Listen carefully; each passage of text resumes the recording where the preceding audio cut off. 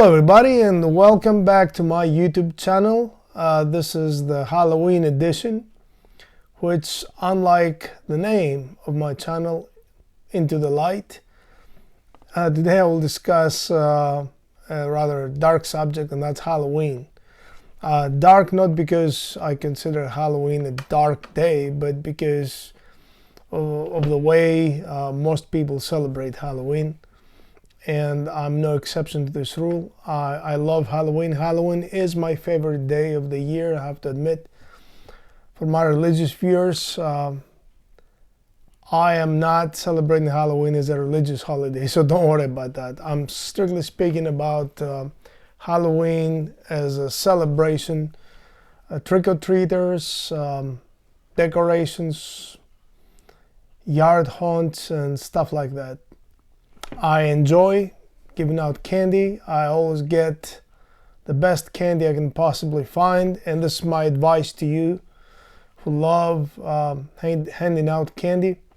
Do not get cheap on the kids, I am where I am because of some not so great decisions. I'm not saying that the sugar is responsible, and I did not cheat on candy. I did not get the cheapest candy out there. But at the same time, I certainly did not stop myself from consuming sugar. So sugar is very, very important. Once a year, okay, it's more than once a year, but once a year we have this day when kids consume a lot of candy. I know Christmas time is also another one. Probably Thanksgiving is close there. But let's not get cheap on the kids, okay? Give out good candy. Good, meaning not the cheapest you can find, not the worst you can find. Don't hit the cheap stores, dollar stores and others just to get a, cheap candy. Don't get cheap on the kids. I have a child too, but I've always been conscious even before that. Back to the topic. Some time ago, during my stroke recovery, of course, my wife gave me good advice. It's either your stroke recovery or your Halloween decorations. You can't have both. How can Halloween decorations affect my recovery? That's something that we need to make a connection of today. First of all, I love decorating for Halloween. Over the past years, I've had several projects. I had Michael Myers that was successful last year. Successful in my own mind, of course, because I completed it, but it was not as visible, so I was planning for this year to provide more light, make it more visible, make it scarier. Michael Myers is a very, very popular character during Halloween, and I'm no exception to the rule. I love Michael Myers and all those Halloween movies.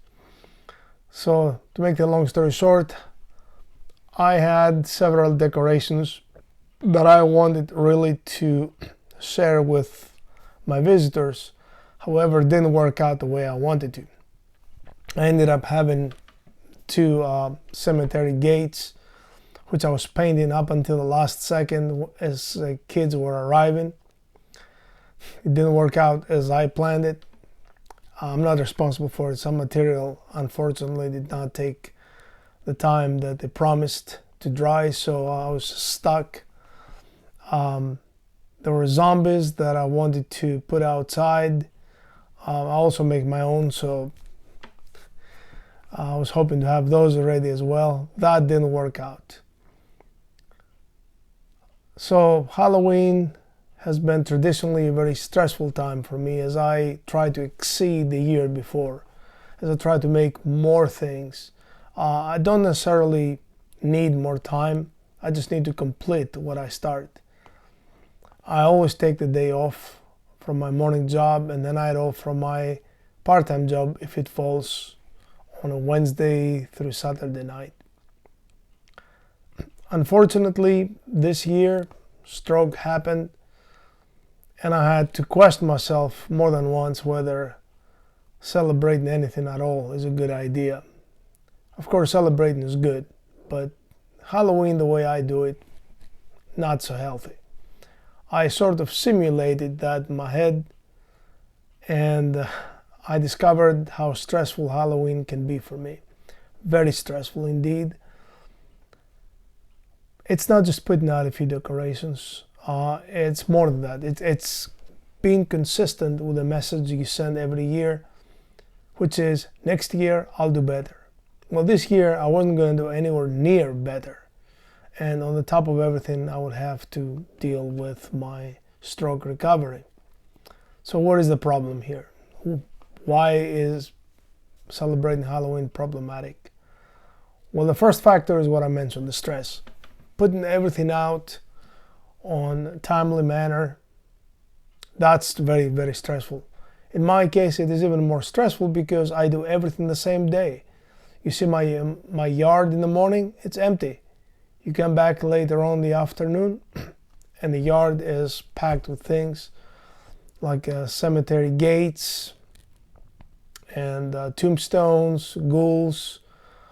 I also have a couple of fog machines. I created my own chillers to keep the fog close to the ground, make it creepy. And of course I have lights, and this is the second part.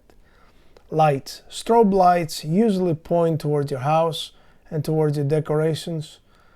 Chances are, if you're a stroke patient, you will not do very well with strobe lights. It's not very healthy to have lights pointed at you, especially Halloween, when the lights vary from blue to red to green to, just colorless lights, doesn't matter.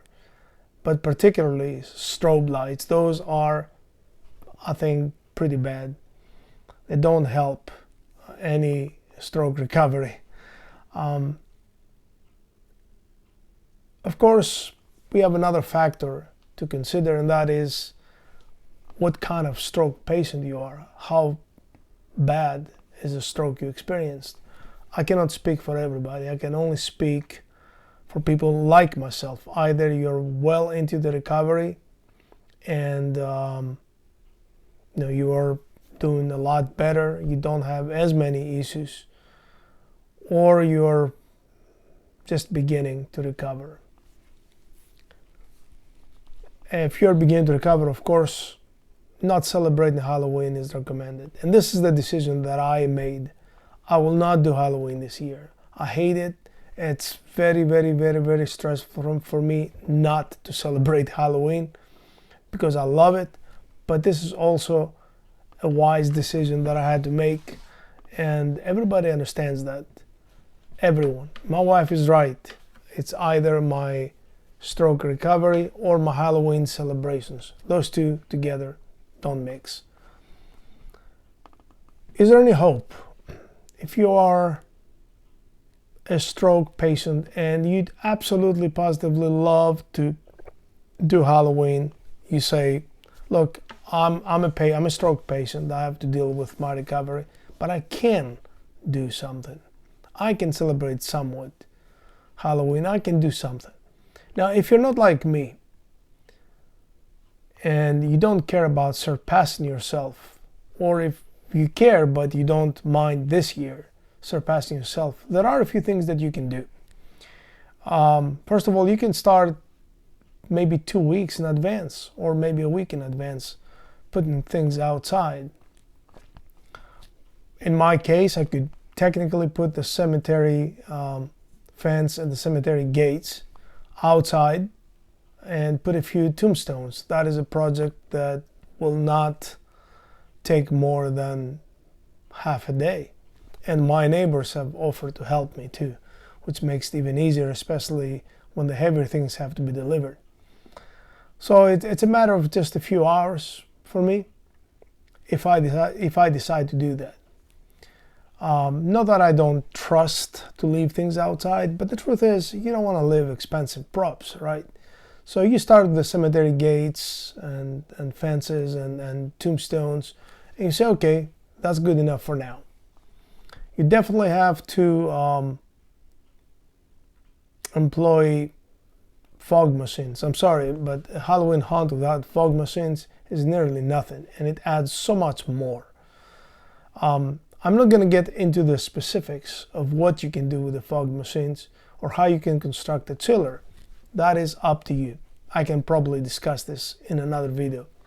You can make a very, very, very cheap chiller, and you can picture something like a hot dog, basically, where the fog goes through a PVC pipe. That's your hot dog, basically. And below you have a couple of ice bags. On the top you have a couple of ice packs as well. Ice bags, I'm sorry. You can cover that with a black plastic just to make it a little bit invisible. And there is your cheapest chiller you can possibly construct. But there are videos out there on how to construct your own chillers. That is not the time, of course, for you. If you are a stroke patient, you need to go with the cheapest idea possible, and I just gave it to you, the hot dog, as I call it. Lights, they're important too. Make no mistake, the kids want to see lights along the path. You can put Halloween bags with sand inside and candles or something like a candle. They have all these battery operated candle-like lights that you can put, and you can light your path if you want. And there you have it. You can use your imagination. You can add a few props here and there, and there's your Halloween celebration.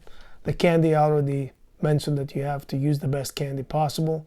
I always use bags and I portion the candy. You can do that over a period of 2 weeks. You have plenty of time to put together as many bags as you think you need. For us, every year we need more bags. No matter how many we put together, and it's usually more than the year before, we still have to do more. So it's a good sign that kids start coming, start discovering our neighborhood, and that's a good thing. Now, there's another thing that you can do. Again, if you're a stroke patient or any patient, basically, if you cannot do a lot.